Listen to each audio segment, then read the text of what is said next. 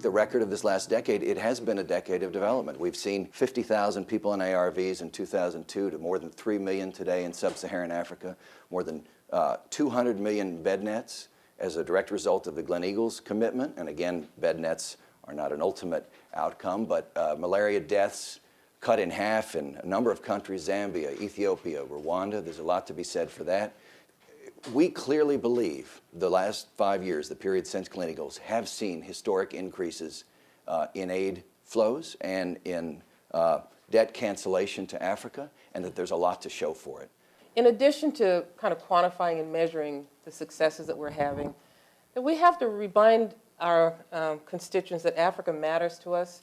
But what matters more even than Africa is our values in the world matter, and that if we retreat from Africa, there are other global interests that will have long-term influence, not just on how African economies develop or underdevelop again, but also what kind of governing systems they have. You know, what will be the liberties that the people in Africa enjoy if they do? Will there be religious freedom? I mean, there are lots of ways to cut it on why we should continue to press an agenda in Africa. And where we need to focus our aid going forward is how do we best support Africans in achieving their own economic development, in becoming active participants in a regional and global trading system, in receiving and making good use of foreign investment, in creating jobs on their own. And that, I think, is the big challenge for our foreign assistance, recognizing that we still have an important role to play in just paying for drugs as we are to deal with the AIDS pandemic. Jennifer Cook with CSIS, just building on that last point, it's a bit of the dilemma, I think, for the advocacy community and for Congress, the idea of turning to African-led objectives.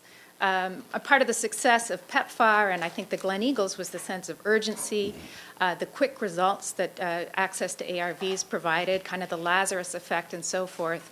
Now we're moving to a stage when we're thinking we got to get past these kind of emergency responses. We have to build long-term capacities, investments in research and training and systems and so forth. That's very hard to measure over the long term. It's hard to put in a brochure, that the impact. And I think for one and for Congress too, how do you convince people to make these long-term investments that don't pay off in 5 years or 2 years, but maybe in 10 years, but are going to be the thing that counts for sustainability, for African ownership, and so forth down the line. And that will be, I share your burden. We, our leader, co-founder, calls this the search for the melody line. It was not hard to say as 2000 approached. There's a Jubilee year. I mean, most of you know the impetus for debt relief. There was a time-limited effort, and then it was 2 pills can save a life. There's an emergency going on in Africa. That was the AIDS crisis. I